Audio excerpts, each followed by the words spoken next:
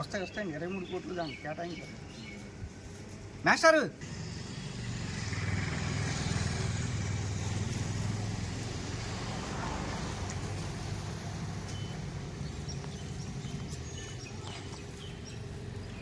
ఈరోజు ఎంతో కాలం నుంచి మరి ఎదురు చూస్తున్న బ్రాహ్మణుల అందరి కోరిక కూడా నెరవేరింది. గత వైసీపీ ప్రభుత్వంలో బ్రాహ్మణ్ కార్పొరేషన్ ఈడబ్ల్యూసీ కార్పొరేషన్లో పెట్టి మరి బ్రాహ్మణులకి సరిగా పథకాలు అవన్నీ కూడా అందకుండా ఉండేవి.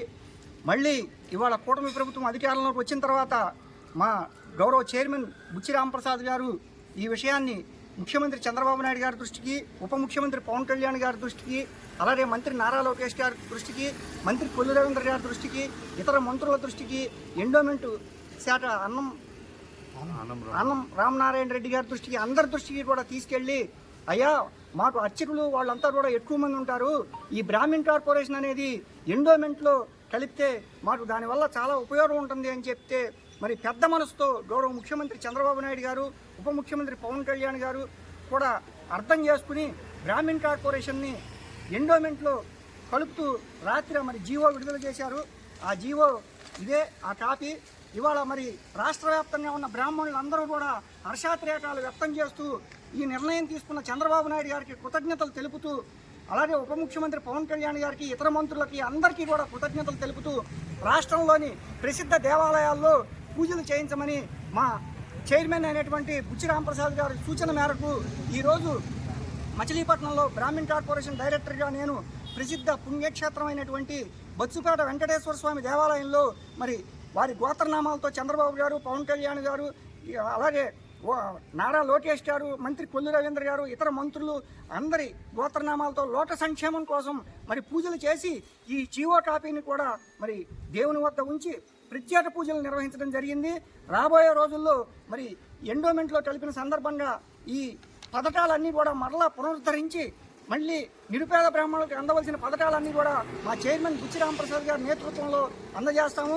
అలాగే ఎండోమెంట్లో కలిపినందుకు అర్చకులకు కూడా మరి ఇది ఎంతో ఉపయోగకరంగా ఉంటుందని తెలియజేస్తూ మరి చంద్రబాబు నాయుడు గారికి, పవన్ కళ్యాణ్ గారికి, నారా లోకేష్ గారికి, ఇతర మంత్రులకు, మంత్రి కొల్లు రవీంద్ర గారికి, ఎంపీ బాలశౌరి గారికి, మరి కూటమి ప్రజాప్రతినిధులందరికీ పేరు పేరున బ్రాహ్మణ కుటుంబ సభ్యులందరి తరఫున కూడా మేము మచిలీపట్నం నుంచి కృతజ్ఞతలు, ధన్యవాదాలు తెలియజేస్తున్నాను.